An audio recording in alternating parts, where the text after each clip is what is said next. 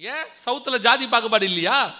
நான் இந்த ஜாதிக்காரன், நான் அந்த ஜாதிக்காரன், அவன் அந்த ஜாதி சபைக்கு நான் போக மாட்டேன், இந்த ஜாதி சபைக்கு நான் போக மாட்டேன். கடைசியில் இப்போ எந்த மாதிரி ஆகிப்போச்சு? அந்தந்த ஜாதிக்காரங்களுக்குன்னு ஒரு சபை ஆகிப்போச்சு இல்லை? ஆமாம் தானே?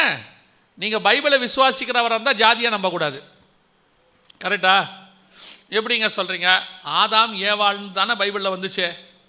அவங்கள தானே அத்தனை பேரும் வந்தாங்க. ஒரு ஆதாம் ஏவாளுக்குள்ளேருந்து இத்தனை ஜாதி எப்படி வரும்?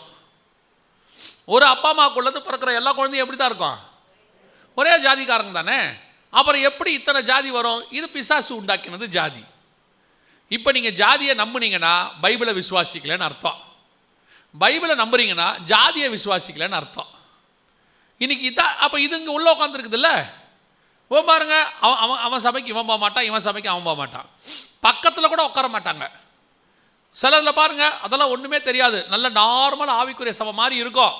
பொண்ணுக்கோ பையனுக்கோ கல்யாணம் ஆகும் போது பாருங்க இந்த ஜாதி பிசாசு வெளிப்படும். அப்படியே வரும். பாஸ்டர்கிட்டே வந்து கேட்பாங்க, பாஸ்டர் நம்ம சைடில் ஏதாவது இருந்தால் பாருங்க. என்ன உங்கள் சைடு? இல்லை பாஸ்டர். பாஸ்டர் சொல்லுவார், இல்லைம்மா நம்ம அந்த மாதிரிலாம் பார்க்கறதில்ல. நான் கூட பார்க்கறதில்ல பாஸ்டர், எங்கள் சொந்தக்காரங்க ஒத்துக்க மாட்டாங்க. நீ பரலோகத்துக்கு போனால் கூட தான் அவன் ஒத்துக்க மாட்டான், அதனால் போக மாட்டீங்களா? சொல்லுங்க. இன்னைக்கு சபை கல்லர் கொகையை விட மோசமான இடத்துல இருக்கு. சும்மா நீங்கள் ஆவிக்குரியவங்கன்னு உங்களை ஏமாத்திக்கிறீங்க. கேட்டால் சிஎஸ்சிக்காரன் பரலோகத்துக்கு போக மாட்டான், அவங்கள கேட்டால் ஆர்சிக்காரன் பரலோகத்துக்கு போக மாட்டான், ஆர்சிக்காரங்களை கேட்டால் பெந்தகோசை வர. கடைசியில் எவனும் போக போகிறதில்ல.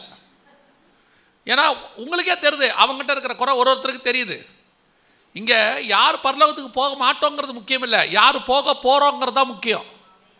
நம்மை நாமே நிதானித்து அறிந்தோமானால் நாம் நியாயம் தீர்க்கப்படும். சபைக்குள்ளே உட்காந்து எல்லா பாகுபாடும் இருக்குது. கொஞ்சம் பாருங்க, பணக்காரர் ஆயிட்டாருன்னா அவருக்கு முன்னுரிமை சபையில் கொடுக்கணும் எதிர்பார்க்குறாரு. வரும்போதே மேல் பட்டனை திறந்து விட்டு செயினை வெளியே போட்டுக்கிட்டு தான் வருவார். நடக்கும் போதே நெஞ்சை நிமித்திக்கிட்டு தான் நடப்பார். நல்லா கவனிச்சுக்கொள்ளுங்க, சபை என்பது தேவனை ஆராதிக்கிற இடம். இங்கே உங்கள் படிப்பு, பணம், அந்தஸ்து, ஜாதி பெருமை, எல்லா லொட்டு லொசுக்கு எல்லாத்தையும் தூக்கி வெளியே வச்சிடணும். இங்கே ஒரு தேவனை ஆராதிக்கிறோம், ஒரு இரத்தத்தால் கழுவப்பட்டோம், ஒரு பாத்திரத்தில் பானம் பண்ணுகிறோம், ஒரு சரீரத்தை புசிக்கிறோம், ஒரு தேவன் இருக்கிற இடத்துக்கு நான் போக போகிறோம். அல்லேலூயா.